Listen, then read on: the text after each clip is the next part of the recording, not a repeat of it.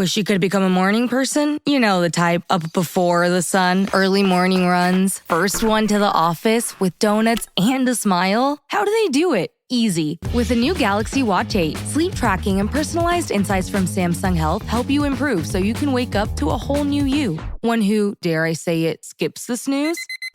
It's possible. Train your sleep with Galaxy Watch 8. Learn more at Samsung.com. Requires compatible Samsung Galaxy phone, Samsung Health app, and Samsung account.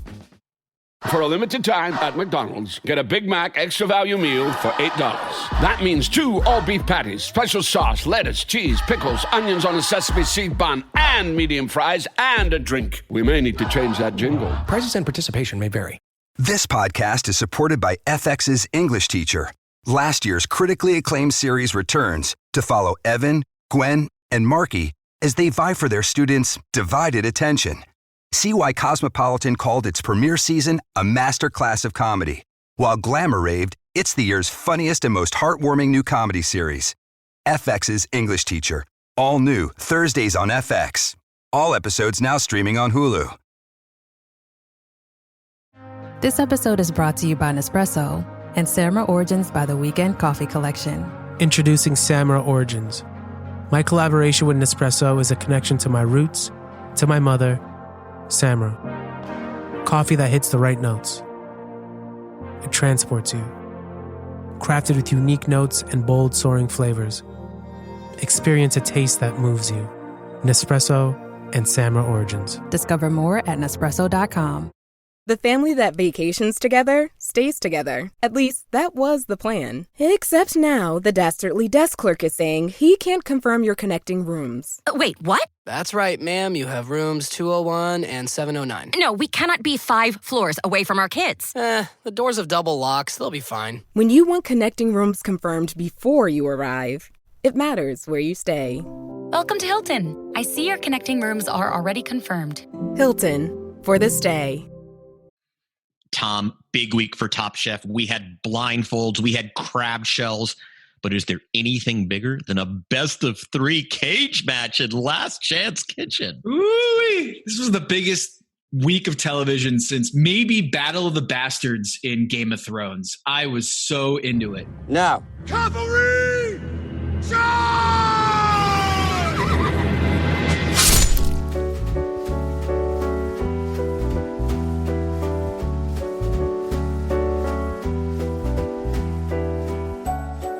This is Pack Your Knives. I'm Kevin Arnovitz. And I'm Tom Haberstroh. Tom, big week. An absolutely epic Last Chance Kitchen finale. And I mean, we don't mean to bury the main show, but if you have not watched, dear audience, yes, what was a very hard to find part 2 of Last Chance Kitchen, it included the main cast. It was absolutely riveting. It was frenetic. You should absolutely pause this podcast. Please come back to it.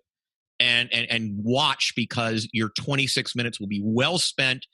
Tom, I mean, yeah. I defer to you. I mean, please, you were the one who texted me, and I didn't even know it existed, and said, you got to watch this. I mean, it was crazy. It was awesome. I started seeing some tweets trickling in about, oh my God, Last Chance Kitchen this week. And I didn't think I could possibly come down from the high that I was on.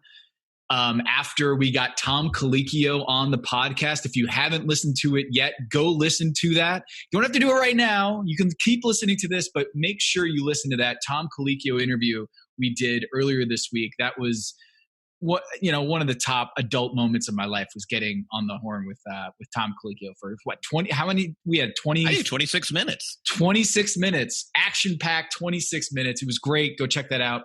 I didn't think I could come down from the high. And I didn't come down from the high, because this episode had one of my favorite things, which is the blind taste test. And then I find out that there's not just one Last Chance Kitchen episode, but there's 2 Last Chance Kitchen episodes.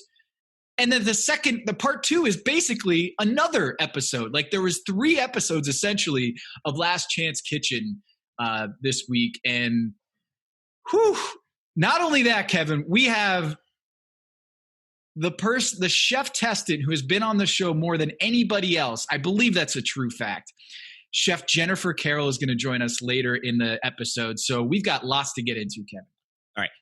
Big themes this week. Great week for Stephanie. And I'm very happy about this because, first of all, she wins my stuck in an elevator challenge.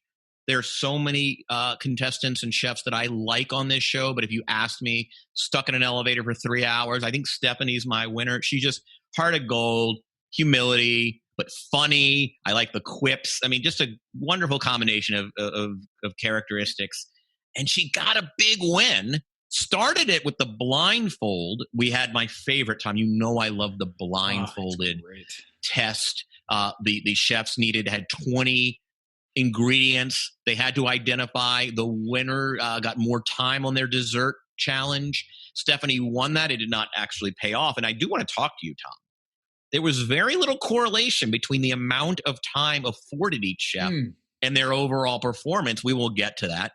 But the big story of the week, Kevin Gillespie, Atlanta's finest, back in the competition, wins that 2 out of 3 series against the current contestant pool. As you said, possibly the best Last Chance Kitchen we've ever seen.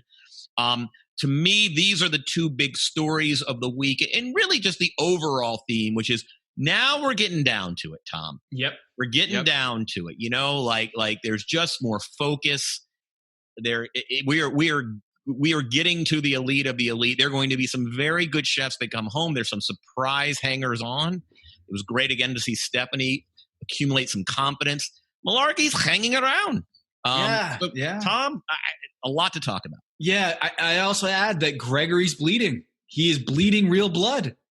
Gregory is not this invincible juggernaut that we thought a few episodes ago. Not his best week.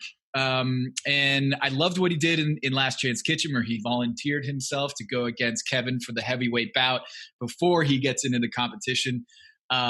But, you know, it's the first 0 that Gregory has had in this competition. He had 0 points this week after not qualifying in the quick fire, not having a good finish in the at the Olympic competition. And then at the Last Chance Kitchen, he lost to Kevin at the end, quote unquote, lost. So great irony too, Tom, because here's a guy. I mean, if I said flavor, pick a chef, the answer has always been Gregory. Kind of undersalts that broth. Did a classically beautiful Japanese dish. I mean, I think he kind of captured the sort of the spirit of kaiseki probably more than any other chef. I think that's the dish I would want to eat over all the other ones. Like that one looked so good, the Gregory's dish, but undersalted, underseasoned. Yeah. So you're right. I mean, there's just a little destabilization. Melissa did win the cake or dessert challenge with her 45 minutes. Also, Tom, just so my dessert. My partner makes so much fun of me. He's like, Kevin wants an olive oil cake for dessert, you know. But with the egg custard ice cream, the blackberries, Malarkey, nice showing with a very truncated 30 minutes. Comes in with the wood fire cake, actually manages to create an ice cream that doesn't look like snot. Pink peppercorn, good for him. By the way, cooking pretty well. You know, for a guy that I think we had as a distant 6th or 7th or whatever, he's kind of in the mix every week now. He's creative. He can execute under pressure. But again, just kind of a really fascinating series of challenges. I don't think there's a lot to take away. Melissa did win. What did you think of the reward, right? She gets kaseki, just for those who just to recoup. It's a very structured 6-course meal with some very defined courses. It's sort of the most classical Japanese meal. If you go to Enaka, that is one of my 3 favorite meals in Los Angeles. I can't even get in anymore. But that's what Gregory said. There's just you can't get a table. It's like one of those where I think they only have like a few seatings a week. And if like the minute they release the 3-month out, and maybe it's 2, I forget, like you better be on that you better be logged on at like 11, because at 11:01 they're gone, or whatever the timing is. So, and they just kind of demanded perfection. I mean, oftentimes the judges are these judges did not want sort of their favorite meal screwed with. They were demanding, and it was, they wanted perfection. It was created some tension that with the show I liked, you know? Yeah. Would you compare it to Naoi in Miami? Like the meal at Nanaka? No, he's wonderful and does a lot of classical stuff, but this is sort of a very, very defined meal. Okay, because it was great to see these Top Chef All-Stars be a little intimidated. Yeah, I mean, he does like more edu, but this is kind of straight up kaiseki. I thought Voltaggio was going to be a shoo-in for this one. And the fact that Stephanie won, which I thought was a Voltaggio special, is just like very elevated, but like precise, tweezery meal. And Voltaggio did have a really good dish, placed very well in this one. But I want to talk about this blind taste test real quick. Okay. The blind taste test is probably the best quick fire challenge. Love on it. Top Chef. Always been a favorite. It is incredible. It is so fun. I wish there was another 5 minutes on this. I went all in on this, and I tracked each ingredient. What was, of the 20 ingredients, and I'll read them off: pepitas, guava paste, peach, lavender, blue cheese, white chocolate, ricotta, lychee, pistachio, thyme, almond butter, tarragon, lemon, prosciutto, coconut, dark chocolate, tomatoes, blackberries, dried cherries, and milk chocolate. Of all those ingredients, Kevin, I screen grabbed their each contestant's guesses correctly. And did you have all 20? Did they log that somewhere? They listed the ones that they got correct, and then they did a little like. Oh, that's right. It showed the tray of all the ingredients. Right. So there was only one food that all 6 contestants got correctly. And I'm going to read it again. Pepitas, guava paste, peach, lavender, blue cheese, white chocolate, ricotta, lychee, pistachio, thyme, almond butter, tarragon, lemon, prosciutto, coconut, dark chocolate, tomatoes, blackberries, dried cherries, and milk chocolate. One of those foods was 6 for 6. Let me think. So, I mean, I'm tempted to say lavender because it's so specific. Great. Lavender when you smell it. Lavender was 5 out of 6. The only one that did not get it was Melissa. And we do know that Melissa did not finish all of her ingredients. So that was probably it. I mean, maybe lavender would have been 6 for 6, or maybe it was 100% 5 for 5. But it was thyme? one of. No, thyme had 3 out of 6. That's interesting. I feel like it's also very like the spices you kind of know. I mean, peach would be my only other guess. Peach was 5 out of 6. Another one that was at the top. Gregory, believe it or not, did not get the peach. What did he say? Like nectarine or something? I don't know. I thought he might have gotten it, but the number one answer was blue cheese. Blue cheese, 6 out of 6. Total sense. Everybody knows that. I mean, yeah. I guess you could say like gorgonzola. Nah, I mean, that's an easy one, right? So the 2 bottom ones were guava paste. Gregory was the only one who got it. And pistachio, Melissa got it. And that's interesting. When you saw the pistachio in the little cup, Kevin, it was ground up. So it wasn't a pistachio nut. It was crushed pistachio. So I think the texture might have thrown some. That makes total sense. Yeah. So Kevin, big week for Stephanie. Not only does she win the elimination challenge for her dessert, but also she got the most of the 15. She got 15 out of 20 correct. Given the tragedy that she opened up the show with of her brother passing away, my heart was so full watching this episode, seeing her smile. She has the best lines, the one-liners on this show. Like when Padma comes out and says, "Let the games begin." And she just turns to Gregory and goes, "What have we been doing?" that was fantastic. I'm so happy for her. Yeah. And she's a chef. She's probably the most vulnerable chef on the interviews. She makes no bones about the fact that she at times lacks for confidence, which conveys a certain vulnerability. Yep. She is someone I think who's needed a win badly. Again, because look, truthfully, I mean, she's obviously. You don't pick up this win without being a fantastic chef. But I think sometimes her decisions are a little more conventional when you start looking at a Voltaggio or a Melissa King creation, and you're just like. I mean, that's what makes a fantastic chef, right? Not only the ability to execute, but the ability to conceive. And, Stephanie, that has not been where she's been strong. And I think the dessert was a great assignment for her. And Oh, the creativity. I mean, using the yuzu, the orange granita, using the shell. Like that was just, I mean, she really, really just stepped up. I'm really, again, the backstory. I mean, I can't imagine the grief of losing a sibling. And it was great to see, as you said. And so it was a nice arc. I mean, well done by Top Chef, our producers and editors, just, kind of creating that arc over the course of the episode. She won for the dessert. I mean, let's go through the meal. I felt like the kaiseki going in, Tom, I felt like it favored Melissa and Voltaggio. They are the cleanest chefs. Mm-hmm. They are probably the most technical oriented. And they're the ones who I think best know how to temper ambition with restraint, which is what kaiseki demands. Gregory is every bit as good as them, but I think he works in a different medium. I mean, he even said, I mean, this is somewhat of a departure. He is interested in amping up flavors. I think kaiseki and classical Chinese food, I think, is very much about tempering those flavors and finding this very showcasing the ingredients, not in a big mix of ingredients. It's just like that is going to pop.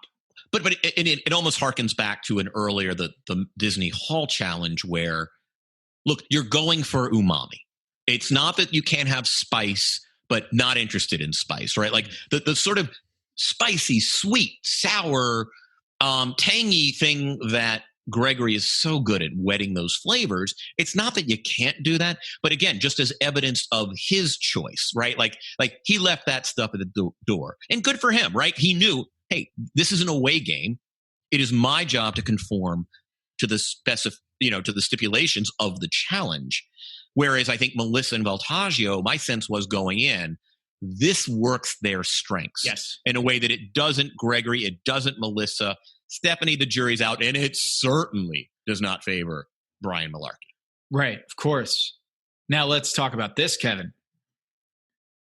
Melissa's decision to leave it up to her competitors to choose which dish they want or what level of the kaiseki that they do. Instead of saying, I know Malarkey's not going to do well here. I'm going to choose this one for Malarkey. I'm going to choose that one for Gregory. He doesn't do this particularly well. She just leaves it up to them and a little bit of strategy here.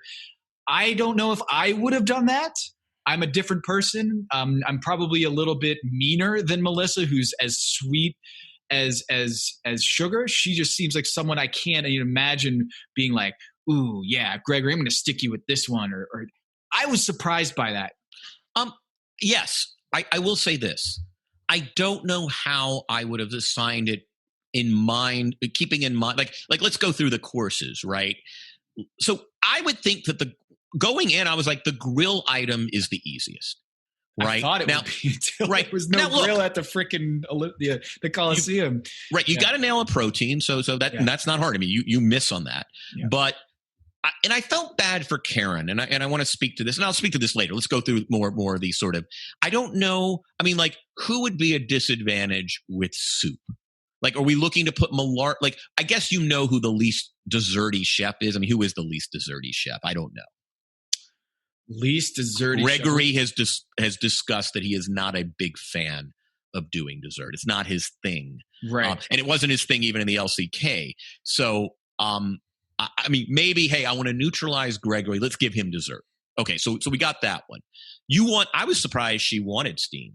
I mean, I don't know that Chawanmushi, although she did a beautiful job with it, except the setting, it does present some real margin for error. You know what? I think if she had known that there was not one of those steam baskets, that she traditionally makes a steamed dish, because she later said that, like, I'm not used to these industrial steamers. I had to use that huge industrial steamer in the kitchen. Had she had known that there was no like steam baskets at her disposal, maybe she would have chosen something different. But given that she was probably imagining this dish in her head, how she traditionally cooks it, maybe she knows she could nail that dish. Yeah.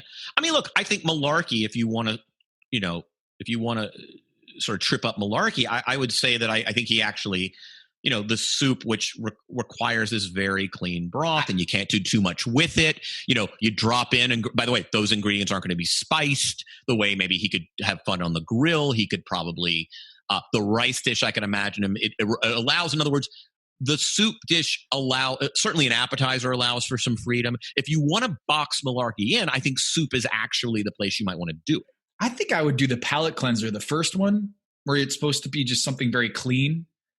I might put malarkey on that one. It's clean, but you can do a lot of different shit with it, right? Like, okay. I mean, the rawness, is part of it. But I think, like, when you do a crudo, and I don't want to insult it by calling it crudo, but I think that, hey, I'll do a little avocado confit. I can throw some caviar in there. Like, I think it gives you a little more flexibility, whereas that soup course is just that very defined kind of dashi-ish broth. And you just have to kind of play within the form. But I think it's also a long play. I think when you do something like that, it builds a lot of trust and empathy with your teammates. And so when you need something later, maybe Melissa is saying, okay, maybe she's not as calculated as this. I doubt she is, in fact. But later on, it might pay dividends for her. Is this idea that, like, if she was in need of an extra hand or an extra ingredient, that they're more likely to give it to her because, hey, you weren't as vindictive in that scenario as you could have been. Right. So, I mean, but Eric talked about it when he came on the show, though. For whatever reason, this season, and maybe it's just common respect, that there's just not a lot of static. Can't wait to ask Jennifer about this. Look, even in LCK, Kevin was like, "You guys choose." Like, I mean, I was shocked by that, and we'll get to that in a second. But, like, I mean, you're down. This is a sudden death. And you're basically allowing them to throw, no disrespect to Stephanie, but to me, that was an easy call. Like, could I get Scott Burrell here or Michael Jordan? Okay, right. I'm going to choose Michael Jordan. Yeah. I mean, come on. All right. So, it goes. And so I don't know, you could almost overthink it. Now, Karen, I want to say this, Karen got eliminated. Some of that was in her control. I really feel for the chefs who go out on essentially infrastructural. I hated that she got out on this. Because it was infrastructural, right? Like, she doesn't have surface area for the grill. I mean, come on. I mean, it's one thing to have an industrial steamer. I get it. That puts you at some disadvantage. But, like, she's just, I mean, now I will say this. When you go to Kaiseki and you get like a duck, like a kind of duck breast, that thing is cut at 90-degree angles. Like, you get this little block. Mm-hmm. Like, it is so gorgeous. It almost looks like it was, like, pressed with a mold. And to have that kind of sloppy ass flopping around kind of cut, like, I get that was self-inflicted, but I feel like the infrastructure screwed her. Right, because she has to use so much of her own energy and time trying to get the cook right when she doesn't have a grill at her disposal. She had no grill. She had to create a freaking charcoal grill in a little pan, and there was no Weber grill there that she could use. So I felt really bad for Karen, and I could tell that she wasn't pleased with her dish. She got it, and she did get to go to Last Chance Kitchen. Finally, again, I think it's fair to say, Tom, Voltaggio had the easiest assignment. He did beautiful with it. But you're basically asked to work with raw fish. There's no soup component. You need to set your custard. I mean, you could argue there's no machinery. There's no machinery. There's exactly. It is limited technology. You can play around. You're basically doing a Japanese style crudo. So you have to be a little more restrained. This ain't going to be Miami crudo. Who's your boy, Jeremy? Mm-hmm. Is it not Top Chef? It's Top Crudo.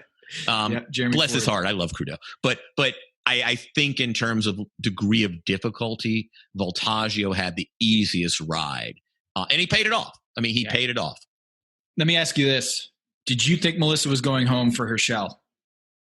No, because it was clear that look, if not for Karen, I think she could have. I don't think Gregory's going home for the lack of salt. I don't think, maybe malarkey. But I think generally liked him. You got Tarico saying, "I saved my prawn." I was so into it. Right. So, I mean, who knows? This is the second week in a row, Kevin, that Melissa almost went home. So she had their salad last week, her romaine grapefruit salad, and then this week she had the shell in her dish, which I don't know where Gail was this week. Wasn't on this episode. We miss you, Gail. We always miss Gail. She's not there. But when everyone was saying, like, you're out, like, that's a critical era, I thought, oh man, what if Melissa goes out right before they go to the playoffs? Wow. let's go. We only have a few minutes before Ms. Jen Carroll graces us. I mean, let's talk more specifically about Last Chance Kitchen and that wild ride. So it's Last Chance Kitchen. I already knew that there was a multiple. So I go into it seeing part 1, 12 minutes, part 2, like 25 minutes or whatever it was. So I'm sitting here like, what is going to happen? Like, I don't understand how they can blow out a triple episode of Last Chance Kitchen. And the first thing that they had to do was a tea competition. So Karen actually, and this might have been just serendipitous, Karen did a duck roast, like tea smoked duck in her elimination challenge, and then has to incorporate these tea dishes, tea elements in against Kevin Gillespie. And I thought it was super close. Honest, I thought Karen might have won that one, but Kevin pulls out with the tea dish. He had a tuna rubbed dish with tea, hibiscus, mint. I don't know. I just looking at the two dishes, I thought Karen was going to win this one. Yeah. I mean, he's awfully good. I mean, Gillespie is really, really, really, really talented. Now, where he got in trouble, I think, is round 2, and you could see the disparity of focus, right? Like up until the end. I mean, Kevin, and look, improvisation is part of great cooking. The whimsy is something that really informs his work, and it is great. And because he has the technical skills, even when he is being whimsical, it just kind of comes together. He knows how to plate. However, you could see early on with the stink bomb, like, man, he was all over the place. That was a what's his name? Kazu. You remember the LA kosher Mexican? Oh, Katsuji. That was a Katsuji special. Yeah. Like. Well, let's back up here, Kevin, because we started the episode. I should have mentioned Last Chance Kitchen. The great twist of Last Chance Kitchen was teased at the beginning when you're in the house, you're in the Top Chef house, and they're all like, "Oh, so what are we going to do today? I don't know. What do you think we're going to do? I bet we're going to go to the Top Chef kitchen. What if we're going to Last Chance Kitchen?" And then they cut away from that. They go to Last Chance Kitchen, and you don't know why they're going. You don't know when they're going to show up. But, of course, against Karen, there's no Top Chef contestants coming back. And then finally, when he beats Karen, you see the Top Chef contestants come in, and he gets – I loved the setup that Tom did was Kevin had 3 opponents. He had to win 3 dishes. Each opponent – he could pick the opponent, and he had to win 2 out of 3. So Kevin picks the opponent picks the ingredient, and then Tom picks the dish. Like, whoever sat in that conference room, Kevin, and concocted this Last Chance Kitchen final play-in tournament to get into the actual competition deserves an Emmy. I thought this was brilliant. Each person gets a little bit of say, and it is just a brouhaha. So you get Kevin chooses Malarkey for his first opponent. Malarkey chooses what did he choose? He had to choose the ingredient, so I can't remember. Malarkey got to choose the ingredient, didn't he? Yeah, what was it? Fruit and nuts. No, that was Gregory. Anyway, so Tom Colicchio says we're doing a risotto. Hello, listener. It's Producer Maze here to talk to you about Quince and their cookware. Cooler nights mean cozy meals at home, and Quince's cookware has made fall cooking so much more enjoyable. Their pieces deliver the quality and performance of luxury brands, but at a price that makes sense. And they look gorgeous on the stovetop, too. No matter what item you need to complete your kitchen, Quince has you covered. With 5-ply stainless steel pots and pans, nonstick skillets, chef-quality knives, and even ceramic bakeware, which is perfect for cozy casseroles or Sunday roasts. And when you look at these prices, you might think, how is Quince doing this? How do they deliver high-quality items similar to high-end brands that are half the price? Well, let me tell you, they partner directly with ethical top-tier factories to cut out the middlemen and pass the savings on to you. And it's not just cookware. I got myself some bath sheets. That's right. When you're a tall man, you have to use bath sheets, not bath towels from Quince. It's like drying off with a cloud. It's incredible. Upgrade your kitchen for cozy fall meals with premium cookware from Quince. Go to quince.com/dings for free shipping on your order and 365-day returns. That's QUINCE.com/dings, DINGS, to get free shipping and 365-day returns. Quince.com/dings. Hello, listener. It's producer Maze here to talk to you about Kindred. Now, close your eyes like Owen Wilson during a job interview and imagine a way to travel that feels personal, comfortable, and connected without the price tags and the sterile feelings of hotels or short-term rentals. Now open your eyes and stop using your imagination because Kindred has made it very real. That's exactly what they do. Kindred is a members-only home swapping network. It's not a hotel. It's not a short-term rental. It's a smarter way to travel where each stay feels like home. Here's how it works. With Kindred, your home is your ticket. You earn credits by hosting fellow Kindred members, and then you use those credits to stay in over 220,000 homes in more than 100 cities worldwide. There are no hotel costs or rental fees, just the credits that you've earned. Every stay comes with white glove service, 24/7 trip support, and $100,000 in host protection. Make it easier for you to travel and enjoy yourself and not worry about details. I've used Kindred and I found an amazing home for a weekend getaway in an idyllic location with amazing views and great ambiance. It had everything I needed. And the best part was, it cost me $0. So apply now at livekindred.com and use code DINGS to join for free. Plus, you'll earn 5 nights of travel credit just for signing up. That's right, that's 5 whole nights for free at livekindred, KINDRED.com, code DINGS, DINGS, livekindred.com, code DINGS. Listener, listen up. This is important, okay? I'm going to try to save you some money here. If you're still overpaying for wireless, it's time to say yes to saying no. At Mint Mobile, their favorite word is no. You may think like, oh, that's bad. No contracts. No monthly bills, no overages, no hidden fees, no BS. Here's why I said yes to making the switch and getting premium wireless for $15 a month. You heard that correctly.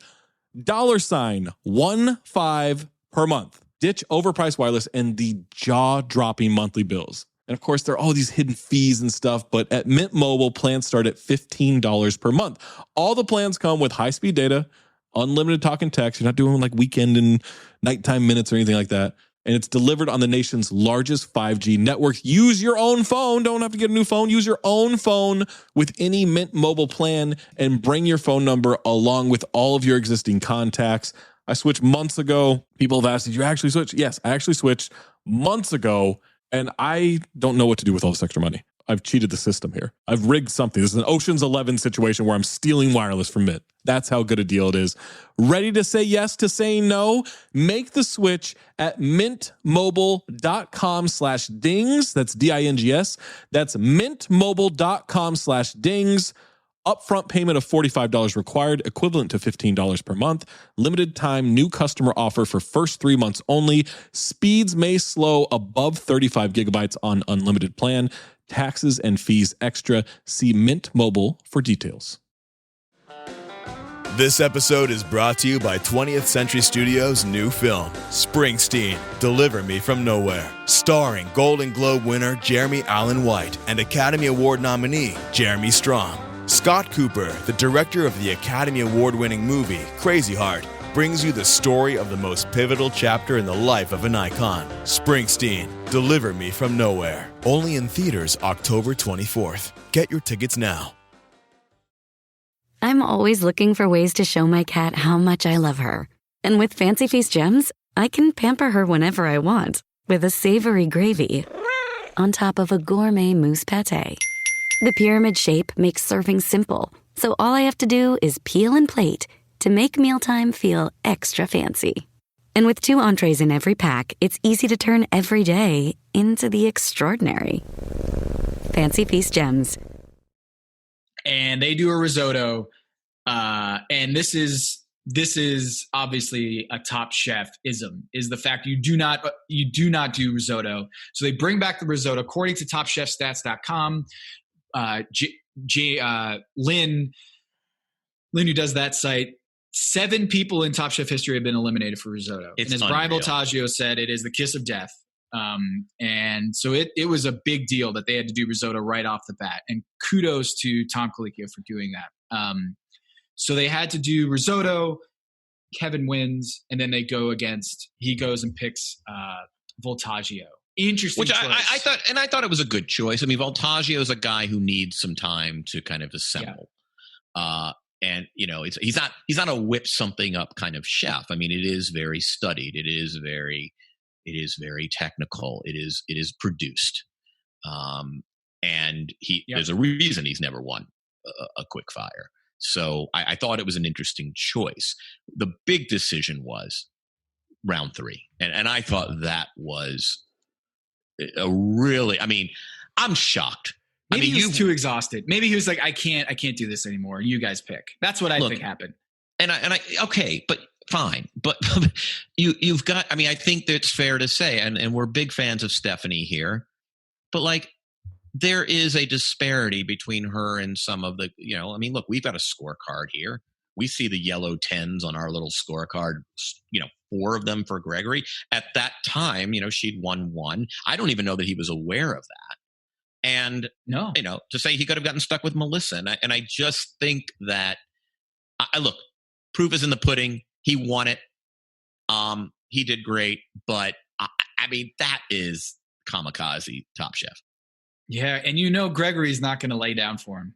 No. Gregory's he wants this thing. He came within inches of winning it. And Kevin did the kitchen sink for the second round of that. And then for this one, he does the cobbler, which looked amazing. Like if I'm going to ask for one dish from Kevin Gillespie, where does a cobbler rank on your, it's up there, man. Now, and by the way, so despite getting saddled with arguably the strongest chef in the competition, and I said it earlier, Gregory has said that he is not a dessert guy.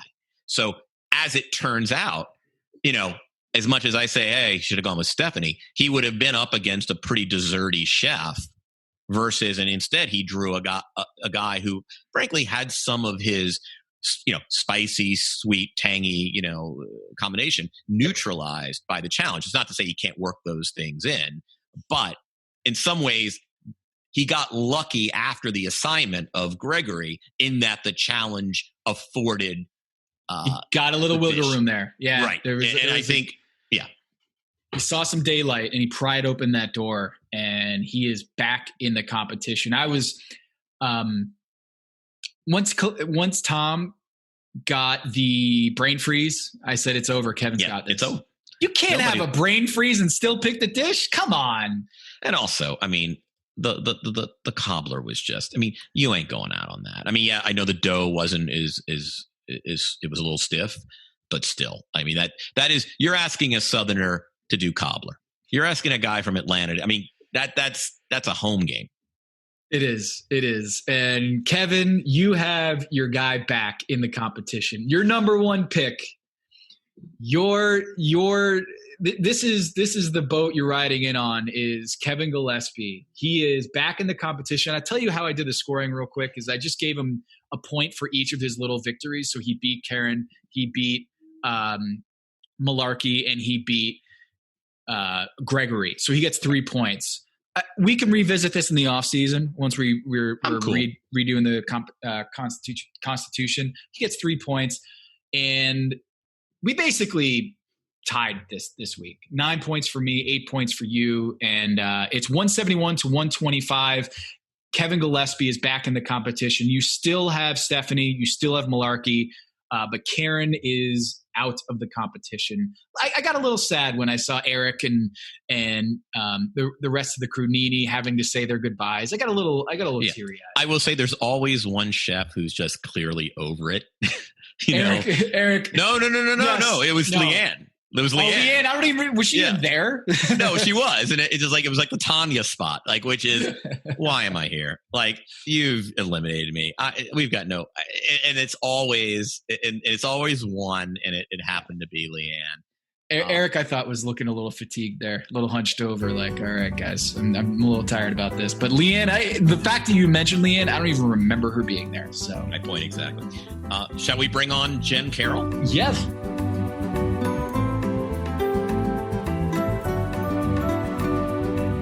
We're joined now by Chef Jen Carroll, Top Chef legend, Top Chef veteran, in by one of my favorite food cities in the country, from Philadelphia. Jen, how are you? I'm great. How you guys doing? Thanks for having me. Oh, it's a pleasure. Oh, this is great. Jen, am I right to say that you are the most veteran of veterans of Top Chef? Like, I don't think anyone's ever been on the show more times than you have. Probably not. Angelo runs a close second. And I mean, you can say Brian Voltaggio in a way, since he did Top Chef Master. So he did like a different iteration of it. So he's been competing for a while too. I have you down as season 6 finalist. Mm-hmm. So that was, we had Tom Colicchio on the pod this week. He said that was his favorite season. Vegas. Me too. You were also on season 8 All-Stars. You were also on the Life After Top Chef show. You were also on the Top Chef Duels. You were also on season 15 Last Chance Kitchen. And here you are, season 17 All-Stars. You're back for some more. Yep. That's right. Now, I don't know if our audience can see, but Jen is wearing one of the powder blue and maroon Mike Schmidt, Greg Lazinski, Manny Trio, Philadelphia Phillies tee, and it's just like the powder blue and maroon is a wonderful just burst of nostalgia on this show for me. So thank you, Jen, for that. You gotta represent always. So Jen, we have been recapping every episode this season. I don't think we've ever had you on the show before. So we're not going to just talk about this season. We're going to go back into history and talk about some of your appearances and your experiences. But I want to ask you, are you done with Top Chef? Are you like, you know what? I'm out. This is enough. I've done enough. I'm ready to walk out on my own terms. I've said it was enough every single time I've left each time. And, at this point, it's fun going back, and I just keep challenging myself. So, yeah, I guess I can't really say never. Question for you. So they're devising this Top Chef All-Star season 17. What is the audition? Are they coming to you? Are you going to them? Are you making your case for inclusion? Are they saying, what is the process for selection? Shit, Kevin, no one goes to Jen. I mean, no, Jen doesn't go to her. I mean, everyone goes and calls Jen. She's not, volunteering herself. They're calling her. We want Jen. Yeah, I am not volunteering at all. They have called me up and invited me back each time. So I am really lucky that they keep wanting me to come back. And I have just been, taking every opportunity that they've been given to me. Why not, right? Sure. What are you working on right now? Like in real life, IRL? So in real life, because of the pandemic, I've been pivoting with my partner, who's also my fiance, and we've been, as you can see, like behind me, I have a big in-home studio set up. We started a YouTube channel. We are doing tons of Zoom classes and demos, and just trying to figure out new ways to work in the new normal. Since my restaurant is shut down, we just started doing takeout in Philadelphia this past weekend. And my catering company, it's shut down for now, and we're looking at doing I have all flexible dates on when we're going to do parties again. Are they going to be smaller? Is it going to be outdoor parties for the summer? We're still trying to figure everything out, but just, hustling and trying to figure it out, trying to make partnerships with big corporations that are still up and running and want to do cool client events. I've been doing a bunch of that stuff. So having fun, trying to have fun and be positive. For anyone in the Philly area, you got to follow Jen Carroll on Instagram and on Twitter and get some of that. I mean, I hope you're doing a sunny dressing or starting to put out a sunny dress. Are you going to do a reprisal of the dish that you got sent home for? Because I thought that sounded really delicious. I loved it.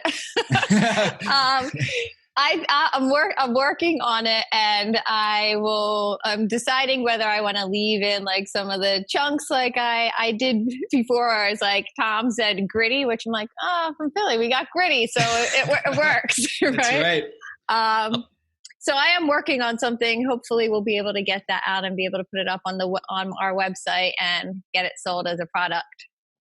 One of the things I've always appreciated about you is your defiance in the eyes of judgment. Like there are two ways to kind of approach elimination, and one is, I kind of right. Up. Yeah, you're right. I wish I had more.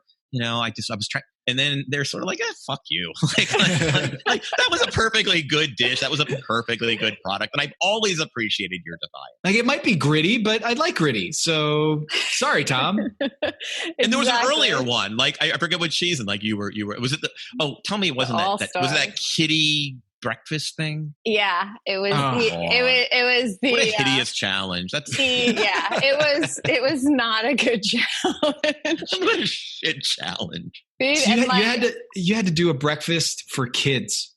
We had to do a breakfast. We had to spend the night in the museum and the National History Museum up in New York, and then we had to do a breakfast for kids. And the only thing that my team was allowed to use was all protein. We weren't allowed to use like any vegetables or anything like that. And my partner of the challenge, Jamie, within the first 2 minutes, she sliced her finger and left and went to the hospital to get stitches. So I was left to like do it myself. And I was definitely not in a good mood. It's one of the biggest atrocities in Top Chef history. The fact that you have a Top Chef all-star season and you're making them make kid breakfast. 2, you're making Jen have to cover for someone who had to get stitches. And you say plural, but I researched this. Jamie got 2 stitches. I have never heard someone getting 2 stitches in my life. It's always like 6, 7, 8, 9, or in a kitchen. How many times have you been like, I could probably get stitches for this cut, but I need to keep cooking? More times than any. And like, thank God I've never gotten any stitches yet in my entire career of cooking. Maybe I should have multiple times, but literally it's just, okay, let's tie this up as tight as I possibly can and put a rubber band around it, put some electrical tape on it, put a glove on, and keep working. Like, that's just my mentality. That's what the mentality is of a lot of cooks. So I was kind of surprised when she left, but you know. And then you go to the last, you got to the judges table, and you're already just like, oh, I'm so mad about the circumstances here. And then they went at you for, what was it? The eggs weren't seasoned right. Yeah, they said the egg didn't have enough salt on it. And what they didn't show is they were really egging me on to throw Jamie under the bus because she wasn't there. And I refused to do it because I'm like, you know, like, just say what you want to say. Like, I think if I was like, well, yeah, my partner did nothing, so do I leave or does she leave? I don't know. So I just refused to do that and take the higher road of not throwing her under the bus. But definitely argue with those guys.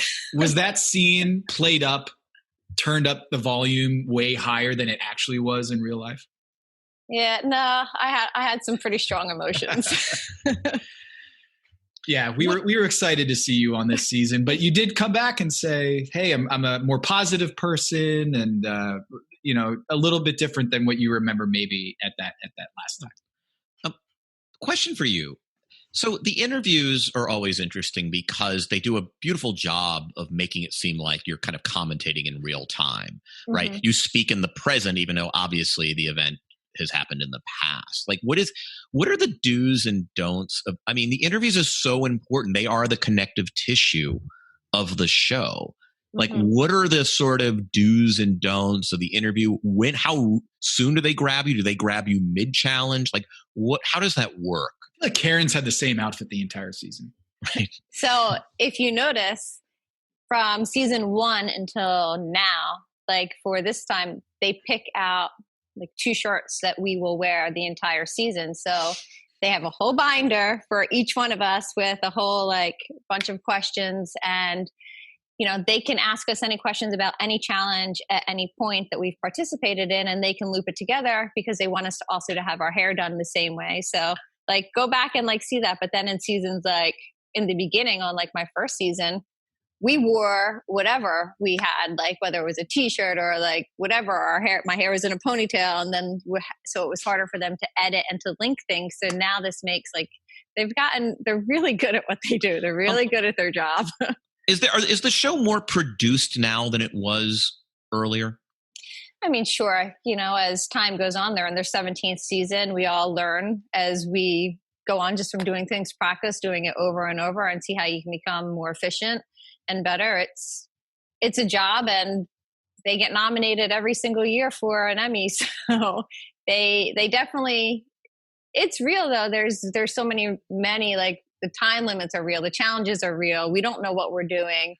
They still take away like all of our, books and our phones and our computers. So there is still that, but I mean, their budget's larger. They look at the different sets. Like our kitchen is crazy built out, like all of the lighting. We have like sponsored aprons, all that stuff. So there's a lot more perks than there used to be. I'm going to make a confession here. This is really embarrassing.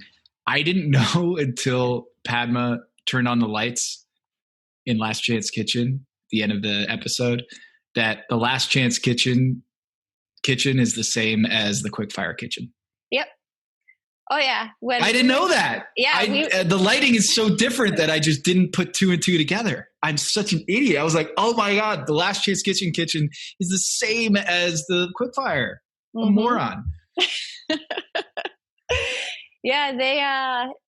They know what they're doing. They have a different like culinary director. They've had the same culinary director for a long time. Leanne was the culinary director for I think 5 or 6 seasons, and who she trained underneath her, Sandy Birdsong, she's been the culinary director for years. So they have a lot of consistency. They have a lot of the same, back of the house, like the film crew, lighting guys, camera guys, producers. I've seen so many of them over the years that just continue to come back. And so it's kind of going back and seeing a bunch of old friends and family. So it's a lot more comfortable than what it used to be. Like it's fun. It's fun going back. What are the parameters of the Whole Foods like supermarket sweep? Like how? I mean, clearly they don't clear out other customers. Like that is always fascinating. Do they? I kind of feel like they do. They right? No, they don't. I wish they did. I would camp out at that Whole Foods. I wish they did, but they totally do not. And that's like the scariest thing, because there's just people like shopping and like la la la, and we're running through with carts like screaming out like time, and there's cameras, and you go up to like get an ingredient, you see like a random person, and we just are like animals, savages. Get away from that avocado. Try exactly. And one of the things this past season, we were in a Whole Foods that was brand new in LA, Burbank, I think. Yeah, and they were still actually like trying to figure out all of their ordering and all of that stuff too. And in the beginning, we were doing so many challenges a week that they didn't even have time to restock. So like we would go in and like we cleared out all of like one spice, and we're like, how do you not have like brown sugar? How do you not have like herbs here? How do you not have this? And they're like, we don't. I'm like, don't you have any more fish or meat? And it was like, besides battling with each other, we were actually battling with all of the like customers and clients that were going to shop at Whole Foods. How many dishes do you come armed with? And I don't mean like final dishes that are composed completely, but in the back of your head, look, nobody knows the rhythms of the show, the demands of the shows, how they kind of do this. I mean, you have as a good a peek at behind the curtain as anybody. How many do you come sort of like, hey, there's going to be this kind of challenge. This is sort of what I'm going to do. Right. Like they take everything away. So as soon as we get to the house, I had a blank notebook, and I'm like, okay, now I can just start like writing my ideas, writing my, the stuff, like the recipes that I want to get down like as quick as I can. And like I came with 3 different desserts that I was armed with. I came with lots of different sauces in mind, at least 50 different sauces, because you can, maneuver them in and out of different challenges and try and make them work and fit that challenge and make that story make sense with it.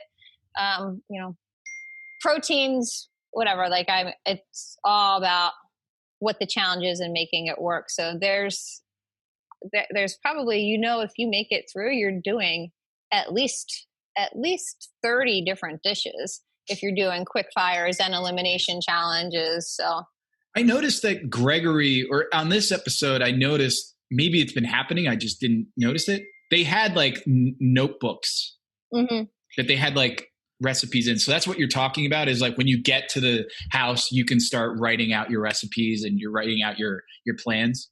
Yeah, I mean, because that's what we all do as chefs. Like we literally just write when we're inspired, but we always have everything organized, and instead of like having everything jumbled in our mind and like trying to really like think on the fly, you're thinking on the fly. And like for me, like I had different sections of my notebooks. Like I was like, okay, here's sauces, here's like garnishes, here's like crunchy stuff, and here's you can like access different that. textures. And yeah, we have that with us in our knife roll with us at all times. If we don't want it, you don't have to use it, but it's definitely a help. Like when we were sitting in like the stew room or something, like you just start writing. So and I've said this a million times. I said it on the pilot of our podcast. Like, and I don't mean to sound obsequious, I am in awe of you guys. Like I'm a decent home cook. I do some nice work. I've got a repertoire of dishes. Like I'm thinking about Voltaggio last night or Thursday night rather. And it was like, the guy's doing a tomato dashi. Like I've tried to do that. It takes like a zillion hours. You have to put the thing with the cheesecloth in the damn fridge, and then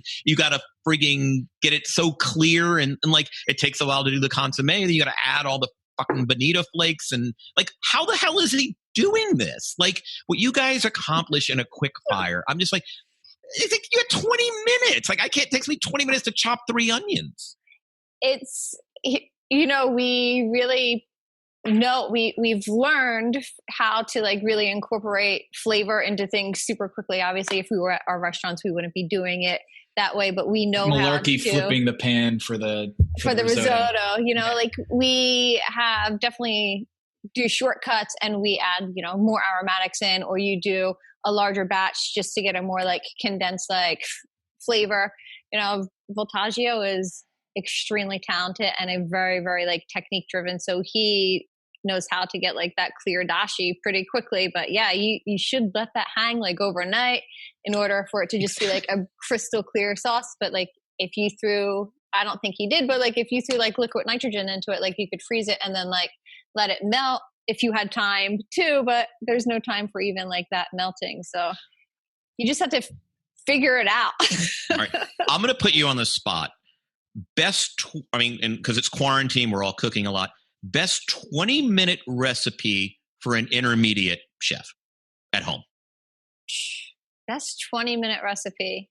And I've got access to a lot of proteins. I do a lot of chicken, fish, I mean, one of the simplest things, I think it's simple, is cooking a whole fish on the bone, not having to like fillet it, not having to break it down. You're getting a lot of flavor. You don't have to do much to it. You can add salt and pepper, stuff the cavity with some lemon and herbs, get like a medium high like pan, little oil, get it seared, throw it in the oven, and you're good. Serve it with some rice or like a fresh like broccoli and tomato salad, and you're done.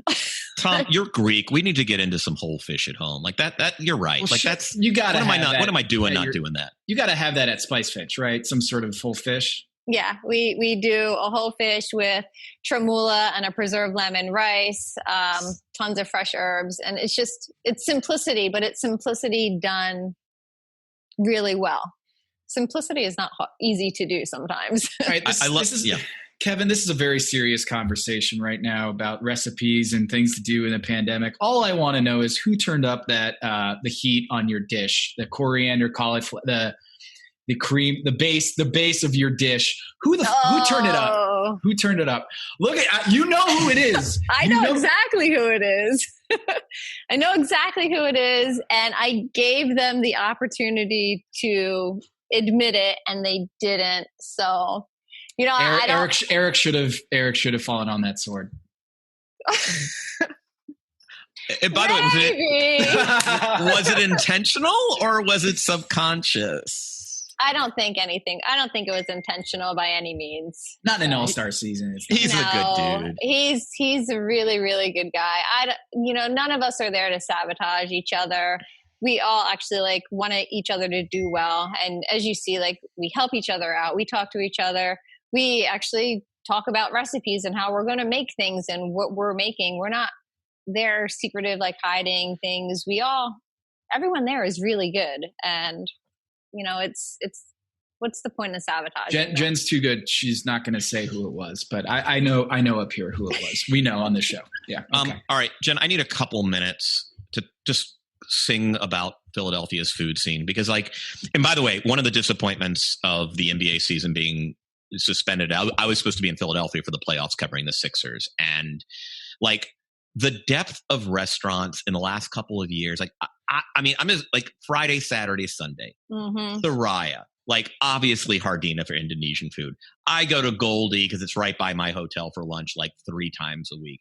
I love Vernick. I love Royal Izakaya after the game. It's open late. You get that chirashi at 11:30. That's special. They cut up all the fish.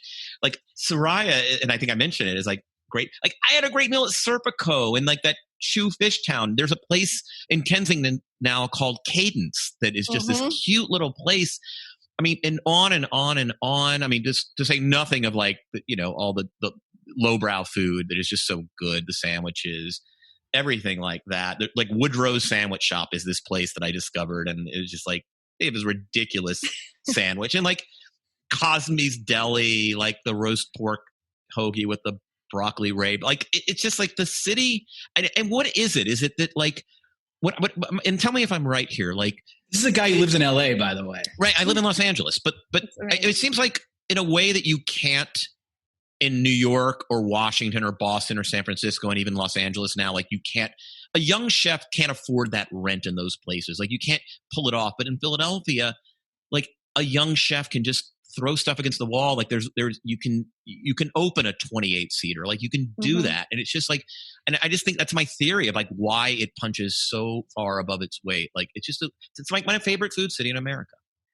I 1000% agree with you. And you named some of my very favorite restaurants right there.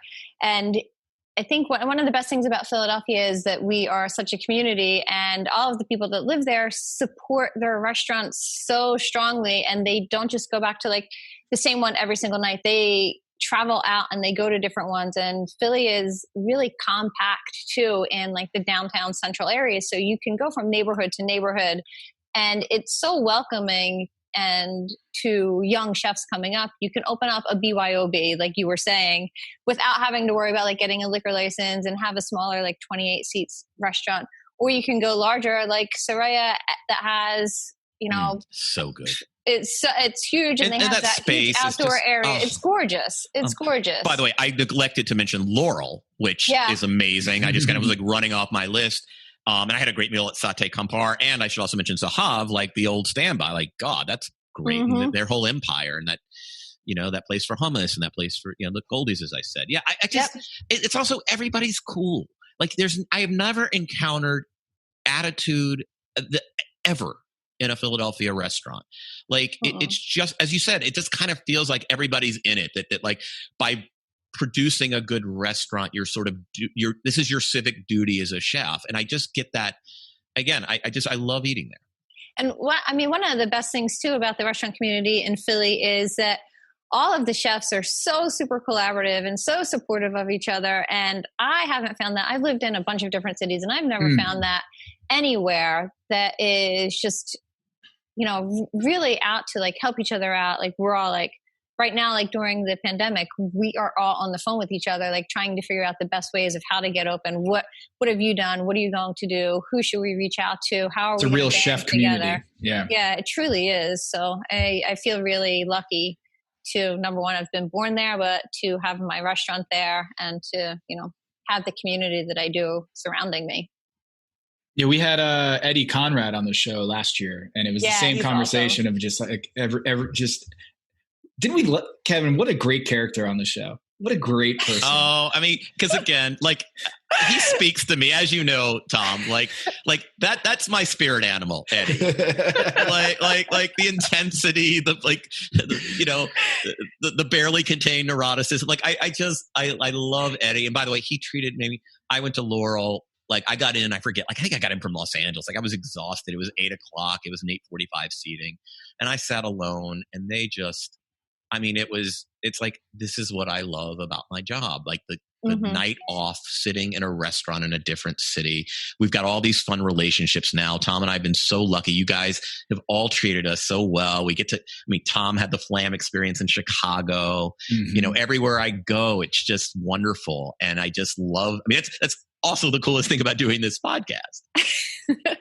Yeah, you get a lot of connections pretty quickly. So, the whole nature of us in the restaurant world is hospitality, and it's giving back and sharing something that we love with you to, make a memory, to make an impression, to have a good time. There shouldn't ever be an ego in food or an ego or, pretension or anything like that. When, we want you to feel comfortable and feel at home. And I think that's one of the great things that all of us who are on this season of Top Chef have excelled at, of just, being generous and having that like loving, caring want to share with everybody.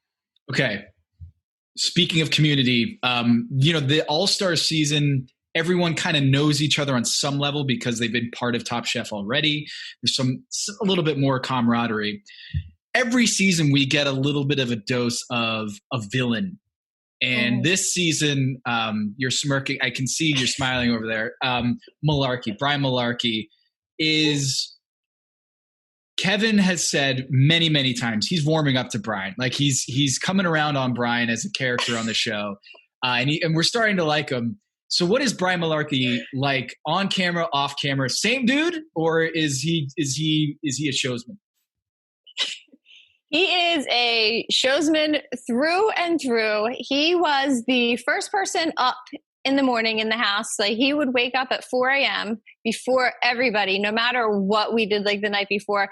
He would have worked out, went swimming, had coffee, had breakfast before anyone came down. And I usually woke up pretty early, and he was always like, "Hey Jen, good morning. How you doing?" And I'm like, "Please let me get some coffee first."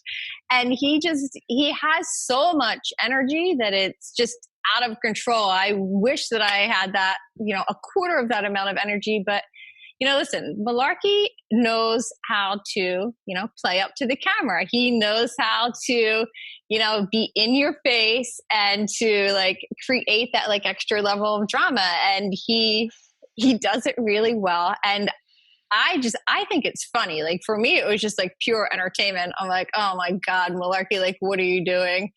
And I think one of the funniest moments this past season was the first time that he made ice cream and Kelly Clarkson was on for like the quick fire. Yes. The curd. Yes. He was working next to me, and I was laughing so hard this entire that entire challenge, because he had everything in the whole kitchen on his table. He got every single troll doll and had them like set up like it was like a whole like front. And besides like the curd, they're like, it tastes kind of like ice cream candy too. And he's like, exactly. That's exactly what I was going for. Like, and he definitely plays it up, and he knows what he's doing. He's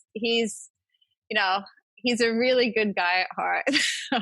He's right. He's very smart. He's very, very smart and calculated. I mean, at first I thought it was obnoxious, and then I realized it was shtick, and I sort of appreciated it. Mm-hmm. But you kind of bring up something that I just love about the show, which is it's sort of, being basketball writers, like every player has its own style, right? Like some players are very deliberate, others are sort of explosive, and you don't know what the hell they're doing on it. And it's sort of like that with chefs, is getting to observe stylistically and how each of you comes to your creation in a different way. Like some people are very, sort of linear thinkers, and that, and others are just like the mad scientists. And this is like one of the cooler things about kind of, again, I think it's why Tom and I approach this as like these sports writers. Like, this is like the NBA, except it's food. It's like Ben Simmons and Joel Embiid trying to win a championship. They're very different personalities, but they have to somehow work together. Yeah. Yeah, I mean, you can see it.